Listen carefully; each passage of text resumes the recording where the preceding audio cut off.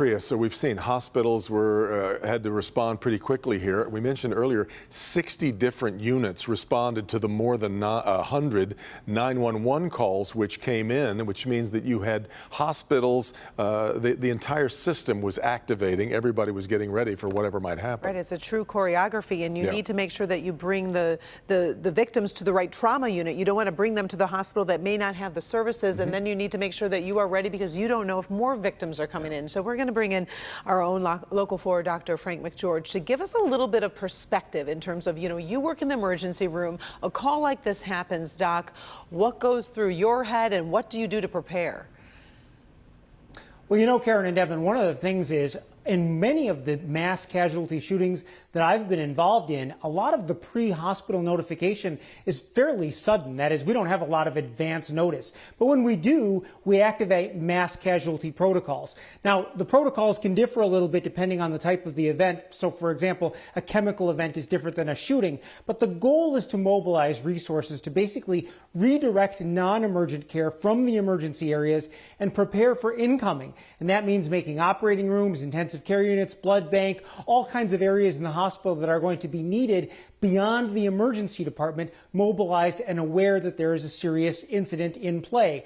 Now, bigger picture, ideally there would actually be incident command on site, that is at the school, that can do triage to the most appropriate facility. You kind of mentioned that. Some patients, for example, might need to be taken to the nearest available facility to be stabilized and then taken to their final destination. Others might actually require a higher level of resources immediately, and a helicopter, for example, might need to be deployed and they may need to be taken to a higher level trauma center. But it all varies. Big picture, though, the emergency departments in all of these hospitals are going to be overwhelmed, if anything, by family members and by the public that are seeking to find out more information, to look for family members that might be at the institutions. And really, part of the issue is longer term, we lock down hospitals, but that means that, other people are seeking care at other facilities. They're having to redistribute themselves for non-shooting related issues. And so, other hospitals are actually also preparing for influxes of a different type as those patients get redistributed. The other thing, Doc, that we have talked about almost since the start of the pandemic, hospital administrators have talked about if our hospitals are so overtaxed by dealing with COVID patients, then that leaves us in a sticky situation if all of a sudden you find yourself in a mass trauma event.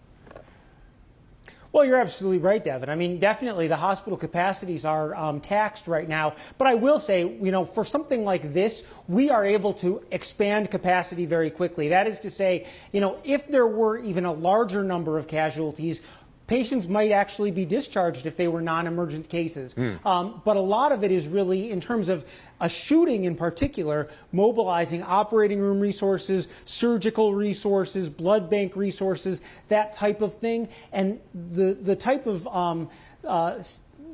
resources necessary to manage COVID, for example, wouldn't really come into play in those circumstances. So I imagine as long as the patients were distributed appropriately to facilities that could manage the casualties, they should be actually able to handle them fairly well. Yeah. And obviously we were crediting, police services responding so quickly because they were able to get that gunman, Doc.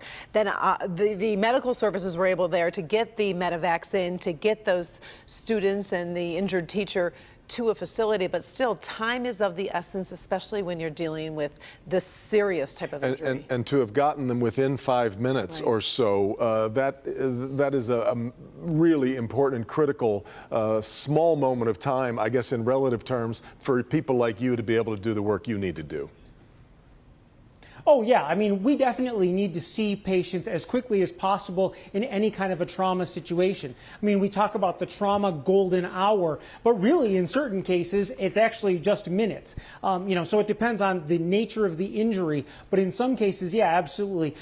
Certainly, I would imagine that, the paramedics at the scene would need to be able to do some things to stabilize patients prior to transport. And then again, depending on the severity of the injury, they may need to be medevaced out by helicopter, or they may be taken to a local facility and treated there before they are medevaced out to a further care facility. And it does feel like originally we were talking about one hospital. The undersheriff kind of dissuaded us of that they were sent to several. Yeah, spread this out. All right, Doc, we will keep you on standby, obviously, as we move forward here.